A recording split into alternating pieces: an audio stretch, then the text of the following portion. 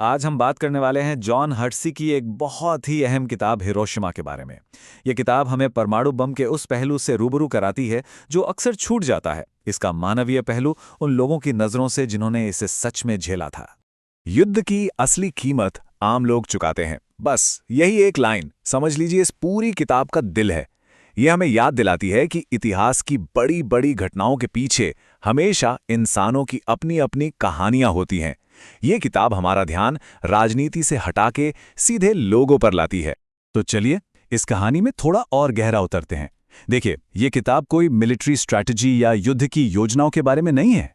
Hershey ने अपनी पत्रकारिता के जरिए हमें 6 असल जिंदा बचे लोगों की आंखों से ये कहानी सुनाई है, ताकि हम युद्ध के आंकड़ों के पीछे का इंसानी चेहरा देख सकें। तो ये हैं वो 6 लोग जिनकी आंखों से हम हिरोशिमा का सच देखेंगे। हमारे पास एक डॉक्टर हैं, एक माँ हैं जो दर्जी का काम करती हैं, एक मेथोडिस्ट पादरी, एक जर्मन प्रीस्ट, एक नौजवान सर्जन और एक फैक्ट्री में काम करने वाली युवती। इन सभी की अपनी अपनी आम जिंदगियां थीं जो बस एक पल में हमेशा हमेशा के लिए बदलने वाली थीं। चलिए अब जरा वक्त में पीछे चलते हैं। 6 अगस्त 1945 की उस सुबह हिरोशिमा में सब कुछ बिल्कुल नॉर्मल था, लेकिन ये वो खामोशी थी जो एक ऐसे तूफान से ठीक पहले आई जिसने दुनिया को हमेशा के लिए बदल कर रख दिया। सुबह के 8:15 और अचानक एक ऐसी चमक जो आंखों को अंधा कर दे, पर कोई आवाज नहीं, एक आवाज रहित चमक। किसी को कुछ समझ ही नहीं आया कि आखिर हुआ क्या है, और बस कुछ ही सेकंड के अंदर शहर तबाह हो गया। और उस तबाही के साथ सिर्फ इमारतें नहीं गिरीं।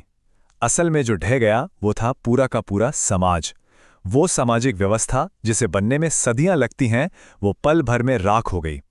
हर तरफ आग, हर तरफ तबाही और पूरी तरह से अफरा तफरी का माहौल था। जरा सोच कर देखिए उस मंजर को। चारों तरफ आग ही आग, लोग पूरी तरह जल चुके हैं, कुछ देख नहीं पा रहे, बस ठोकर खाते हुए चल रहे हैं। एक अजीब सी कभी ना बुझने वाली प्यास उन्हें नदियों की तरफ खींच रही थी, पर वो नदियां भी घायलों से भरी हुई थीं। बचाव का कोई सिस्टम नहीं था, कोई मदद नहीं थी, सिर्फ दर्द और उलझन थी। धमाके के कुछ दिन और हफ्ते बीत गए।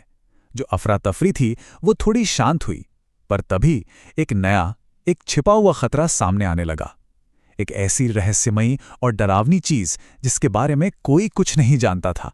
इसे नाम दिया गया रेडिएशन सिकनेस, एक बहुत ही अजीब बीमारी जिसके लक्षण फौरन नहीं दिखते थे। जो लोग उस पहले धमाके में बच गए थे वो अब अचानक बीमार पड़ने लगे थे, और किसी को, यहां तक कि डॉक्टरों को भी ये समझ नहीं आ रहा था कि ऐसा क्यों हो रहा है। सोचिए लोगों पर क्या बीत रही होगी। अचानक से बाल झड़ने लगे, बिना किसी वजह के शरीर से खून बहना शुरू हो गया, और ऐसी कमजोरी और थकान जिसने शरीर को पूरी तरह से तोड़ दिया। ये एक ऐसा दुश्मन था जो दिखाई नहीं देता था, जो अंदर से हमला कर रहा था, और किसी को पता नहीं था कि इससे लड़े तो लड़े कैसे। अब कहानी का फोकस उन लोगों पर जाता है जो जिंदा तो बच गए, लेकिन उनकी लड़ाई अभी खत्म नहीं हुई थी। इन्हें हिबाकुशा कहा जाता है, मतलब बम से प्रभावित लोग। उनका दर्द और उनकी तकलीफें सालों तक खामोशी से चलती रहीं। देखिए, युद्ध के जख्म 2 तरह के थे। एक तो वो जो फौरन दिखे, जैसे जलना, मलबे से लगी चोटें, अंधापन। पर दूसरे जख्म थे जो दिखाई नहीं देते थे, पर शायद कहीं ज्यादा गहरे थे। कैंसर, कभी ना खत्म होने वाली कमजोरी और सामाजिक भेदभाव। शारीरिक दर्द तो था ही, पर एक और दर्द था जो उन्हें अंदर से खाए जा रहा था, और वो था सामाजिक बहिष्कार। कई हिबाकुशा को अपने ही लोगों के बीच भेदभाव झेलना पड़ा। लोगों को ये डर था कि कहीं उनकी ये हालत छूत की बीमारी तो नहीं, और इस डर ने उन बचे हुए लोगों को और भी अकेला कर दिया। तो आखिर इस किताब की विरासत क्या है? क्यों आज भी हिरोशिमा इतनी जरूरी किताब मानी जाती है? चलिए हर्सी के इस काम के उस गहरे और लंबे असर पर बात करते हैं। ये किताब हमें कई बहुत जरूरी मुद्दों पर सोचने पर मजबूर करती है, जैसे कि न्यूक्लियर वॉर की असली हकीकत क्या है, बेगुनाह लोगों को कितना कुछ सहना पड़ता है, इंसानी जज्बे में कितनी ताकत होती है, और विज्ञान की भी क्या कोई नैतिक जिम्मेदारी होती है या नहीं। इस किताब का सबसे बड़ा मैसेज यही है कि युद्ध के जो आंकड़े होते हैं ना, वो असलियत को छुपा देते हैं। 70,000, 1.5 लाख, ये सिर्फ नंबर हैं। हिरोशिमा इन नंबरों को चेहरा देती है, उन्हें एक पहचान देती है, जिससे वो दर्द हमारे लिए असली और यादगार बन जाता है। और इसका असर जबरदस्त था। इस एक किताब ने दुनिया का न्यूक्लियर हथियारों को देखने का नजरिया ही बदल दिया।